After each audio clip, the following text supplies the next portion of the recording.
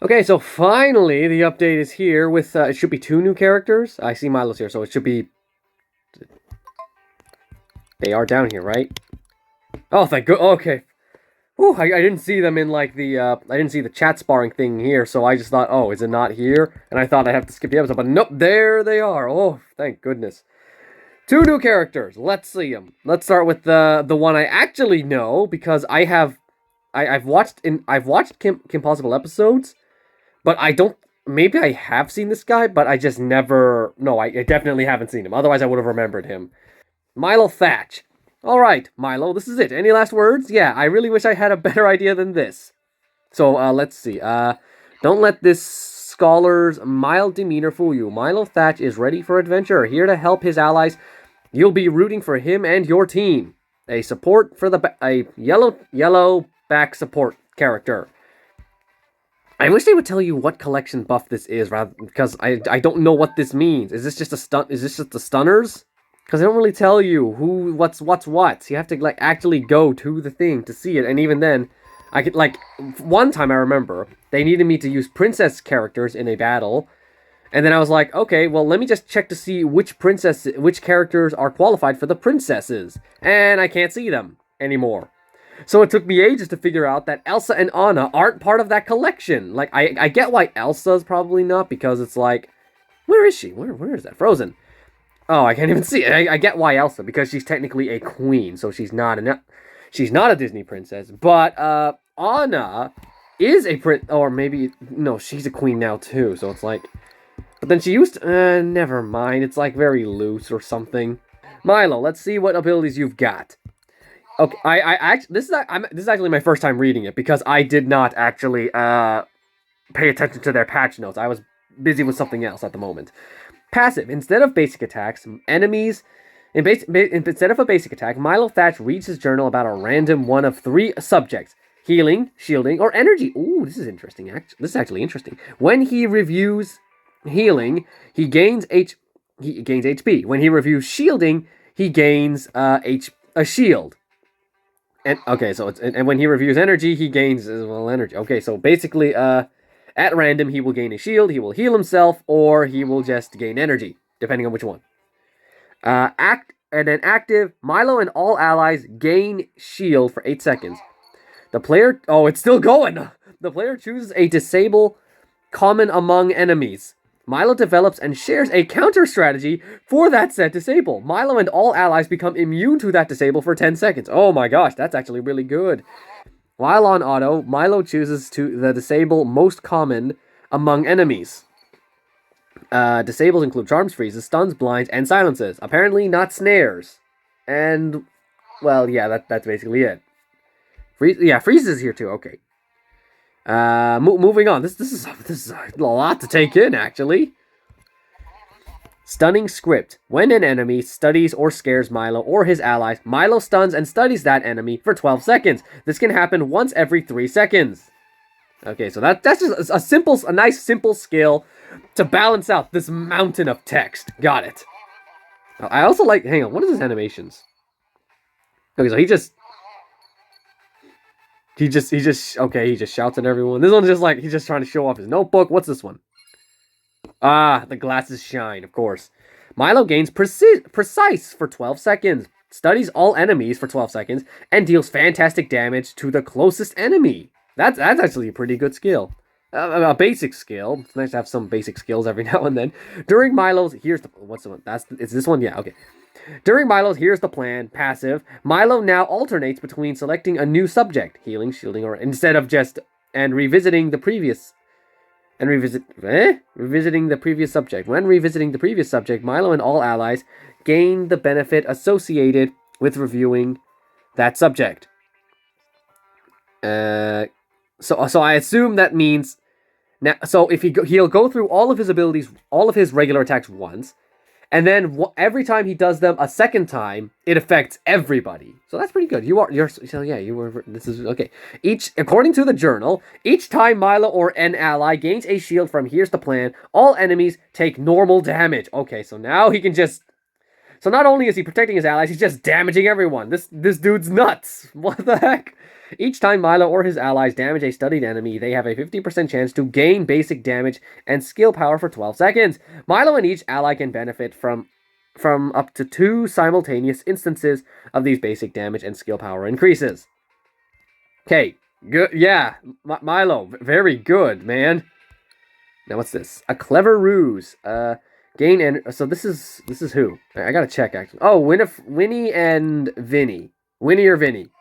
I really hope the Vinny one is better because I'd rather have Vinny over Winnie.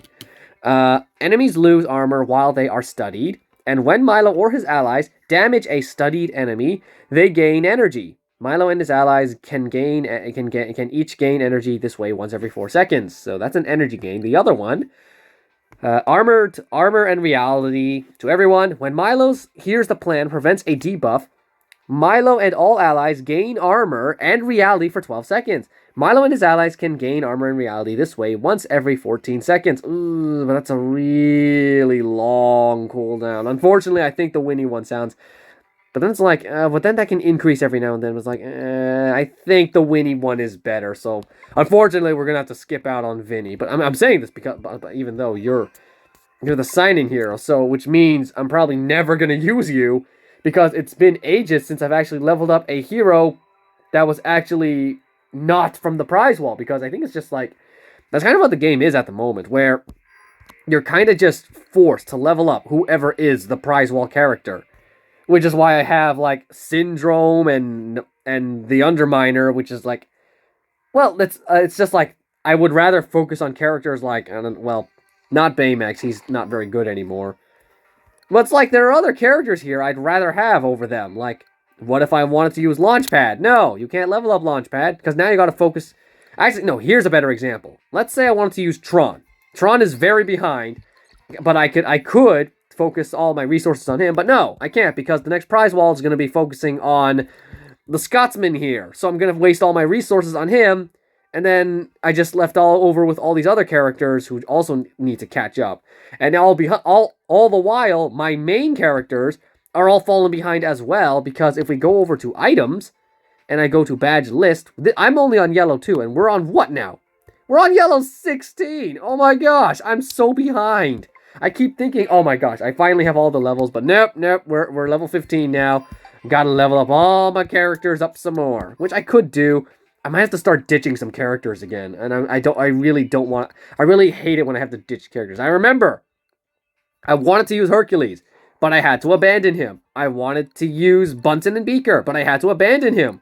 I was really, really wanting to use Aladdin, but I had to abandon him, but not because I just couldn't keep up, but just because he just wasn't good. And no matter how many resources or how many times I convinced myself he was good, he just keeps dying on me. So it's like, Also the costumes. Where are the costumes, man? Disney heroes introduced costumes, and then they introduced like 5 of them, and then they just made them impossible to obtain now. So now it's like, I think I obtained once a costume, and it was just the Rex reskin, and I already had that one, so I didn't get anything in compensation. So it's like, oh my gosh. They just handled the costume so poorly. And I'm really hoping, like, no. I almost brought it up again. Every episode I almost bring it up, but I'm not going to do this, going to this time. What's all this? Oh, that's a bunch of stuff I missed out on. Whoops. And then oh, okay, I have to spend on the, okay. Let's look at you, Scotsman. Duff Killigan. Okay, I again, no idea who this is, so I'm not even going to bother reading that quote, but I assume it's a Scottish accent.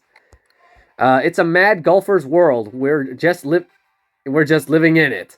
Duff Killigan is here to cause some chaos equipped with his exploding golf balls and super grass. This villain will send the enemy into the rough.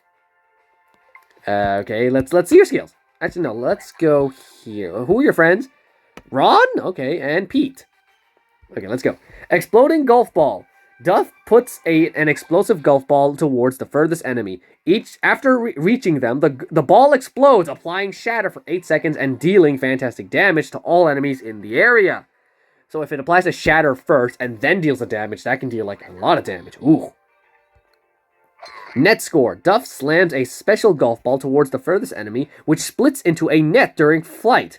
The enemy takes fantastic damage while also having their movement and attack speed reduced by a lot. Why not just have them fully snared? That would make sense. If you're in a net, you would be snared. Oh well. Duff locks on the furthest enemy and launches a barrage of golf balls at them, dealing fantastic damage over 2 seconds. During this time, Duff is immune to disables. If the affected enemy is shattered or stunned, they also lose basic damage and skill power for 8 seconds. And then disables include the usual. Supergrass. Whenever blind is applied to Duff, he will also be silenced, but in all other cases, he will be immune to silence. Wait, hang on a second. When he's blind, he will be silenced. And then, but in all other cases, he will be immune to silences? That doesn't make any sense. What? Why would you want that? Why would you want it so that when he's blind, he also... Blind makes it so he can't basic attack, but then silence means he can't use skills either. What does that mean? When Duff falls below 60%, he plants grass around himself, which instantly heals him for 40% of his max HP, and then for another bit of HP. Duff can heal his way. Okay, so there must be something to do.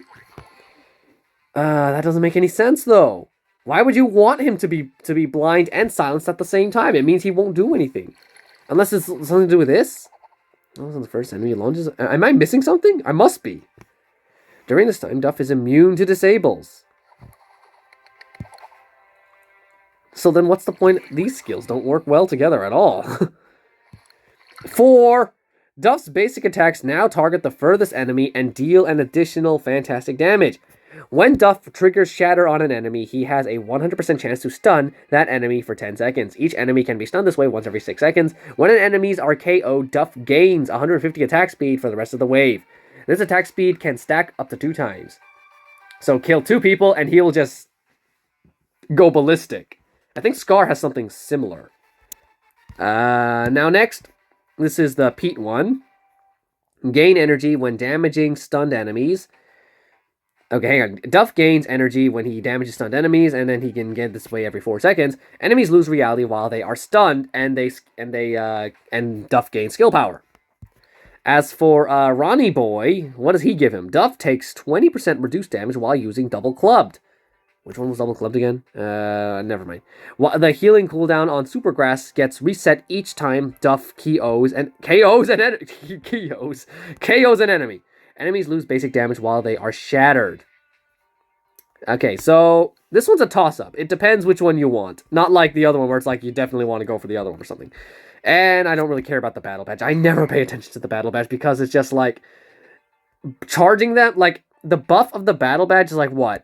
You have to spend so many resources just to be energized for like 6 seconds? That's not worth it. Maybe for someone like... I don't know, Yax, who has Reflect, that's worth it. But then everyone else is like, it's not worth it at all. It just isn't worth it. So I just never charge the battle badges, which is why even though I have a free charge for a battle badge, which I could do, it just doesn't feel worth it. Because it's just not worth it. And I think that's it. That's pretty much it. I can't really experiment with them or anything. What's your battle badge? Team Heal. Okay, yeah, sure. But then we can just have Ariel do that or something. It's just not worth it. It's just like specific conditions or something. Thanks for watching the video. That was Duff and Milo. Excited for Milo? And yeah, I'll see you next time.